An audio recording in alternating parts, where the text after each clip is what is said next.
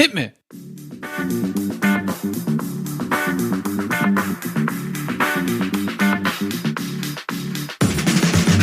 You are listening to Physio Shorts, where I share helpful articles so you waste less time and get more value.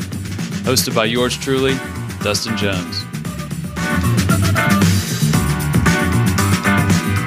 Hello friends, this week Physio Short comes from Matt Dancigers at ptbraintrust.wordpress.com. He wrote an article in September of 2015, Does the Weather Make Pain Worse? And I know this can be very pertinent for many of us as we're in the middle of winter right now.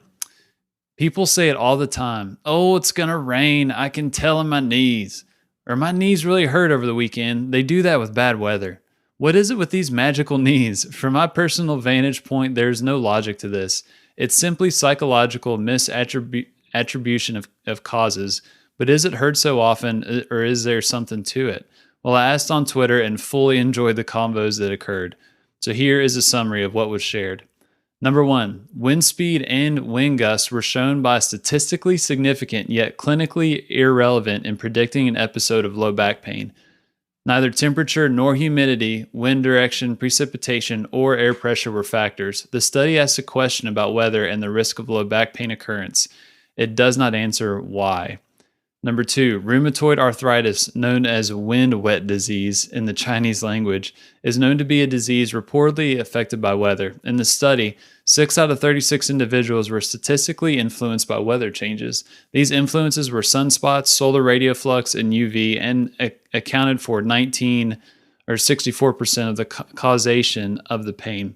The associations were negative, I must mention. This leaves us with, well, most are not sensitive to weather, and those that are, well, some are more sensitive than others. Again, not answering why. Number 3, a literature review found that in patients with RA, higher humidity was more of a factor in irritating symptoms than was higher temperatures. They point out that in some circumstances, the higher the temperature means that people will go indoors to seek air conditioning. Therefore, pain might reduce in high temperatures. Interesting take. Number 4, arthritis. It also may have predictive qualities. 92% of the participants thought their symptoms would be affected by the weather change.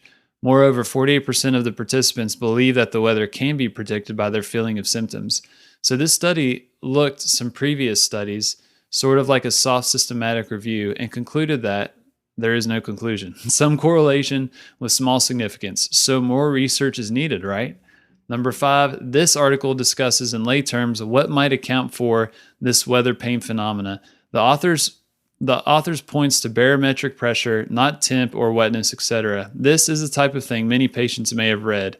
It's off of WebMD. The inconclusiveness runs right throughout this piece. It's wonderful. The author states temperature does not matter, but then suggests if it's cold, you should bundle up. She also suggests that high barometric pressure affects pain, but then says to wear a compressive glove to help the hand. Man, this stuff is exactly why more research is needed. To her credit, at the end, she emphasizes that pain is temporary and to improve your mood as a coping device as well. Number 6, you can predict the trend so far, can't you? Here's a quote. The VAS reflects the patient's level of pain on the day or days leading up to the attendance.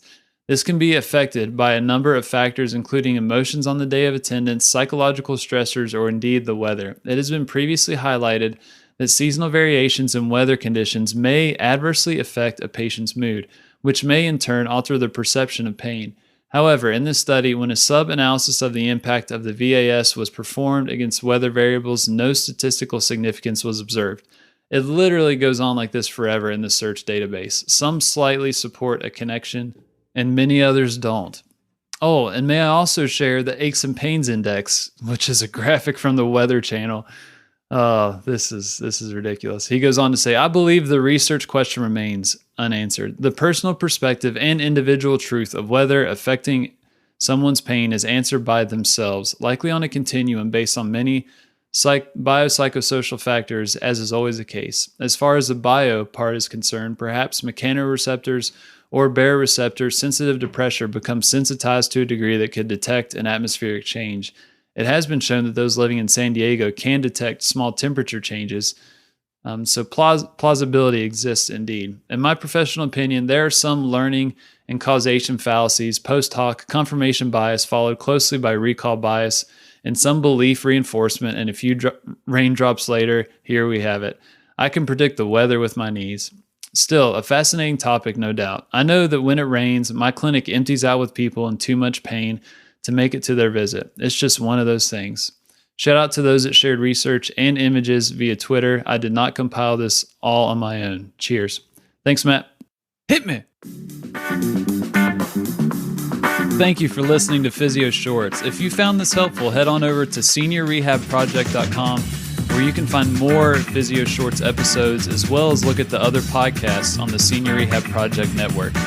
I appreciate you, and until next time, my friends, do not forget to stay funky.